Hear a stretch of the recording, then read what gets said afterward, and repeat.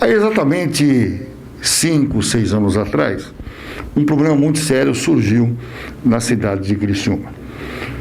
E depois de muitas e muitas e muitas cobranças de pessoas que ainda estão se sentindo lesadas, nós retornamos ao assunto e abrimos espaço para falar mais uma vez de um assunto que foi muito comentado. O assunto foi amplamente debatido. E não foi só em Criciúma, não. Foi amplamente debatido no Estado, foi amplamente debatido no Brasil. Nós voltamos à tona com o assunto Criciúma Construções. Depois de 6 anos, nós voltamos a conversar com a chave central, a peça central, que é o advogado de defesa das pessoas que foram, entre aspas, lesadas e que chegam quase a 8.500 pessoas. É um assunto delicado? É. Mas um assunto que a gente é cobrado e a gente não pode deixar de falar e atualizar esse assunto. Muitos capítulos tiveram nessa história. Só que esses capítulos não chegou ainda no capítulo final. E parece que está longe de chegar, principalmente aos pequenos, nesse capítulo que poderia ser a volta do capital das pessoas que perderam ou que ainda tem para receber. O Dr. Marcos é o advogado, peça central de defesa dessas pessoas que investiram.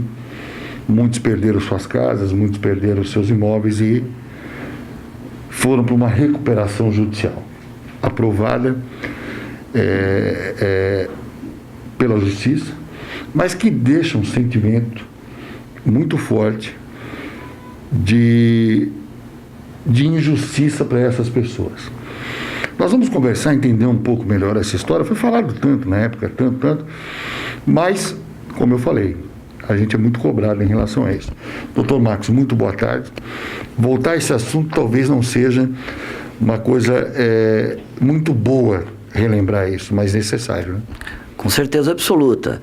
Criciúma, região de Criciúma, Rio Grande do Sul, estado de Santa Catarina, teve um impacto muito forte com o evento Criciúma Construções. Não dá de se negar isso, né? Os reflexos se desdobram até a data de hoje, Ricardo. Não há como esconder o sol com a peneira, neste caso que foi pontuado em Criciúma Construções, e penso que por muitos anos ainda vamos lembrar disso, se não por uma história de uma família, se não por histórico de uma empresa, ou até mesmo de um funcionário que trabalhou à época e que teve seus prejuízos lançados neste evento Criciúma Construções. Pois é, doutor Marcos, na época que aconteceu vamos chamar assim, o estouro, né, que veio a público, né, porque começou bem antes, mas se tornou público depois. A gente tomou conhecimento de funcionários que não haviam recebido, empreiteiras pequenas que ficaram sem receber, pessoas que deram seus imóveis, né, para que pudesse receber imóveis novos, enfim, uma série de situações. Passado esses anos todos, o que teve de evolução? Bom, a evolução ela foi caótica, é o que temos que dizer, né? Porque o plano de recuperação judicial, segundo a lei de recuperação judicial, ela é traumática, economicamente falando, para os adquirentes, para aqueles que tinham o que receber da empresa, né? Se não, vejamos aqui, o plano de recuperação judicial da Criciúma Construções, aprovado pelos credores, e tínhamos maioria de credores, os bancos à época, ficou de que 20% apenas do capital eram para que pudesse pagar para os credores, e 80% seria um deságio total. Então, o 20% do deságio que o plano de credores ele colocou para que a Criciúma Construções pudesse pagar aqueles credores, e isso ainda com a avalanche destruidora para os adquirentes, de que paga-se isso em 15 anos, mais 2 anos de carência. Ou seja, se uma pessoa tivesse, Ricardo, 100 mil reais para receber, ela vai receber só 20 mil, vai 2 anos de carência, mais 15 anos para receber. E aí ainda vem um absurdo, a 1% de juro mais TR ao ano. Ou seja, essa pessoa que tinha lá atrás o seu sonho de casa própria, ou uma troca de uma casa, um carro, e mais um dinheirinho que ele tinha para investir, ele perdeu tudo, e quando receber, vai receber só 20% do que deu, a juros de 1% mais TR ao ano. Agora, doutor Marcos, a pergunta que não se cala. Por que foi feita essa recuperação judicial que protegeu as grandes instituições financeiras e deixou os pequenos realmente nessa situação de falta de esperança, né, de realização dos seus sonhos para trás? Muito claro, muito claro. Na verdade, a legislação é que faz esse tipo de coisa. Tá? A culpa, naturalmente, do que aconteceu foi da péssima administração que se veio lá de trás e a Criciúma Construções chegou ao caos, ao seu limite econômico-financeiro. E aí, quando vence a recuperação judicial, entra-se na parte da legislação, onde a parte da legislação, Ricardo, é que vem a fazer a atrofia do investidor, a atrofia do adquirente, a atrofia muscular econômico-financeira dele. Porque o plano de recuperação judicial diz o quê? Olha, vai lá, faz um plano de credores, o que o plano de credores aprovar é o que vai se estabelecer. Pois bem, quem eram os maiores credores da Criciúma Construções? Os agentes financeiros, que tinham mais votos para aquela reunião de credores. E eles aprovaram esse plano medíocre de 20% para pagar somente para as pessoas, depois do plano aprovado, com, como já falado, 1% mais TR ao ano, em 15 anos mais 2 anos de carência, ou seja, 17 anos. Absurdo total. Bom, com essa decisão e essa recuperação judicial, né, as pessoas acabaram perdendo muito a esperança em recuperação dos seus bens. Pessoas que achavam que iam ter uma recuperação rápida, hoje estão vendo que isso vai demorar para lá de 10, 15 anos, né, doutor? Com certeza, com certeza. Aliás, a expectativa de recebimento desse público é praticamente zero. Há uma desmotivação, há uma anestesia daqueles que sofreram esse impacto causado pela Criciúma Construções de forma generalizada, né? Hoje nós vemos aí, Ricardo, os empreendimentos sendo tocados por associações e os mesmos credores que tinham para receber da Criciúma Construções não sabem se adotam as associações ou se vão para o plano de credores, não sabem o que é pior. Então, o impacto realmente, de uma ou outra forma, ele continua vindo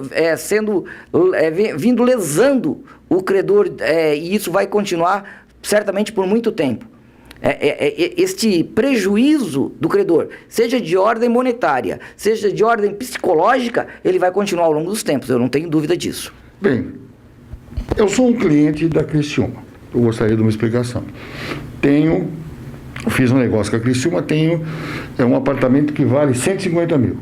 Perfeito. Mas ele falta mais 300 mil de investimento para acabar. O valor dele é 450 mil. Tem algumas pessoas que relataram que a própria Criciúma está tentando comprar de volta esses empreendimentos. Isso é válido? Isso pode? Pode. A rescisão contratual do adquirente com a Criciúma Construções é altamente válida. A empresa ela pode rescindir esse contrato, está lá no contrato originário dela. O que vai acontecer? Aí ainda nós temos um trauma menor. Quando o adquirente vai na Criciúma Construções, devolve porque deve muitos cubos para a Criciúma Construções oferta para ele um determinado valor monetário e ele vai embora. Né? Pior é aquele que está na associação, como você bem falou, que tem que aportar um valor imenso, ou ele ficar na mão do chamado leilão extrajudicial. E aí realmente o caos é total. Bem, doutor Marcos, depois de 5, 6 anos que começou esse processo, como é que o senhor avalia ele hoje? Como é que essas pessoas, 8 mil e poucas pessoas, estão vendo essa decisão e viram essa decisão? Porque essa decisão foi tomada por uma minoria. Obviamente não foi pela maioria. São as instituições financeiras que têm um voto maior do que as pessoas que adquiriram algum bem. Como é que o senhor olha hoje essa decisão? O senhor acha que essa decisão foi justa? Completamente injusta. Não há de se dizer que a Criciúma Construções ela é culpada pela legislação, ela é culpada pelo caos que ocasionou, mas completamente injusta, porque as instituições financeiras, a qual tinham a maioria dos votos por ter um peso maior de crédito para receber da Criciúma Construções, decidiram por um maior número de pessoas lesadas. Ou seja, as instituições financeiras continuam fortes e não vão deixar de ser fortes, não vão quebrar por isso, Ricardo. Não é o caso da senhorinha que tem uma casa que tinha uma casinha de 50, 60 mil reais, investiu na Criciúma Construções para ter um apartamento de 90 ou de 100 e hoje tem que aportar 120, 130 para ter um apartamento que ela tinha lá atrás. Ah, pois bem, não posso investir esses 130 mil. Então vai cair no leilão administrativo, ou vai ter que vender para a construtora, e aí vem um caos maior ainda, que a construtora vai ofertar algo para ela, que ela vai botar no bolso, vai gastar em um mês ou dois, e aquele sonho da casa própria vai ficar para o resto da vida.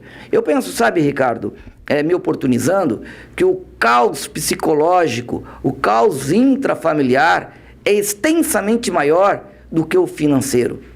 E isso certamente vai se estender por muitos anos. Você colocou muito bem. Nós estamos há 6 anos do início, estamos há 4 anos do plano de recuperação judicial aprovado e ainda hoje nós recebemos no escritório e se vê todos os dias, se não vocês chegando aqui hoje para perguntar sobre Criciúma Construções, vendo todos os dias se falar do assunto. Um marco realmente muito negativo para todo o Estado, para nossa gente, para o pessoal que tinha o sonho da casa própria. Então eu entendo que a questão psicológica, ela realmente vai afetar por muito tempo todo esse pessoal, inclusive o mercado como um todo que foi afetado pelo evento Criciúma Construções.